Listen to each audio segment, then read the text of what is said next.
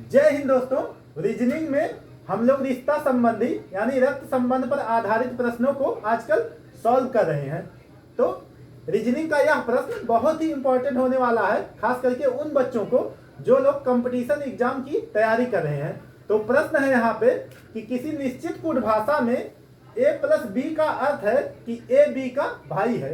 तो एक बार फिर से पहली लाइन को ध्यान से समझिएगा। a प्लस बी का अर्थ है कि ए बी का भाई है। तो a जो है वो b का भाई है, ठीक है, अगर बीच में प्लस है। लेकिन b जो है यहाँ पे फीमेल पर्सन भी हो सकती है और मेल भी हो सकता है, यह स्पष्ट नहीं है। तो उसी प्रकार से a माइनस बी का अर्थ है कि ए बी की माँ है।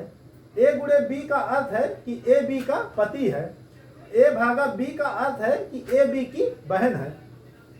तो बताइए निम्नलिखित में से कौन सा कथन सत्य नहीं है। यहाँ पे ध्यान दीजिएगा, सत्य नहीं है ये हमको पता करना है, सत्य है ये नहीं जानना है। यदि c भागा b माइनस ई प्लस ए गुणा एफ माइनस डी दिया हो तो जब भी हमको चिन्हों से रिश्ता पता करना हो, तो जब भी हम लोग को इस टाइप का प्रश्न मिल जाए तो हमको इसे क्या करना है, राइट साइड से सॉल्व करना है, ठीक है। तो यहाँ पे सबसे पहले हम d से f का रिश्ता पता करते हैं, ठीक है। तो यहाँ पे माइनस दिया हुआ बीच में, तो माइनस का मतलब क्या है, माइनस का मतलब है कि ए बी की माँ है, ठीक है। तो माइनस का मतलब है कि d की माँ है f, ठीक है। f कौन है, माँ है, किसकी है, d की, इसलिए तीर का मुंह f की तरफ है। f जो है वो माँ है d की। अब f का a से संबंध पता कीजिए। तो बीच में गुणा का निशान है, तो गुणा का अर्थ है कि ए बी का पति है, यानी ए जो है वो f का क्या हो जाएगा यहाँ पे, पति। अब यहाँ से ए और ई का संबंध पता करना है, तो प्लस है बीच में, तो प्लस का अर्थ है कि ए बी का भाई है, यानी ई जो है वो ए का क्या है, भाई है। आपको यहाँ पे कुछ भी नहीं सॉल्व करना है, जो यहाँ पे दिया हुआ है निर्देश उसी हिसाब से चलना है, ठीक है। अब देखिए ई से बी का संबंध पता करना है, तो बीच में माइनस है, तो माइनस का अर्थ है कि ए बी की माँ है, यानी बी जो है वो ई की क्या हो जाएगी, यहाँ पे माँ हो जाएगी। अब यहाँ पे बी से सी का पता करना है, तो यहाँ पे देखिए भाग का निशान है, और भाग का अर्थ है कि ए जो है वो बी की बहन है, यानी सी जो है वो बी की क्या हो जाएगी, यहाँ पे बहन है। तो यहाँ पे हमने सब रिश्ता तो पता कर लिया। अब कथन में कौन सा असत्य है, सत्य नहीं है, ये पता करना है, ठीक है।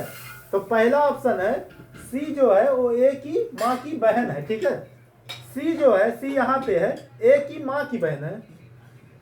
तो ए की माँ कौन होगी, तो यहाँ पे देखिए ए का भाई है ई, ठीक है, ए का भाई है ई, और ई की माँ है बी। तो ई की माँ बी हो गई, और ए और ई भाई हैं आपस में, तो इसका मतलब ए की भी माँ बी हो जाएगी, और बी की बहन सी है, तो इसका मतलब पहला कथन बिल्कुल सही है। तो सी जो है वो ए की माँ जो है बी की बहन है, तो ये बिल्कुल सही ऑप्शन है, ठीक है। तो हमको सही ऑप्शन नहीं टिक करना है, तो इसका मतलब ये गलत हो जाएगा। अब आगे बढ़िए, डी बी की पुत्री है, ठीक है। तो यहाँ पे ये जो डी है वो बी की पुत्री है, लेकिन यहाँ पे डी की माँ एफ है, तो हमें लग रहा है ये ऑप्शन गलत है। तो चलिए पूरी तरीके से चेक करते हैं। तो डी की माँ एफ है, और एफ के पति जी हैं ए, और ए के भाई हैं ई। तो इसका मतलब ये है कि एफ का डी की माता जी हैं ये, और ये इनके पिताजी हैं।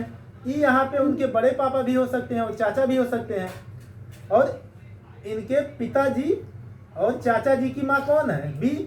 तो इस डी की कौन होगी, तो बी जो है वो डी की आजी होगी।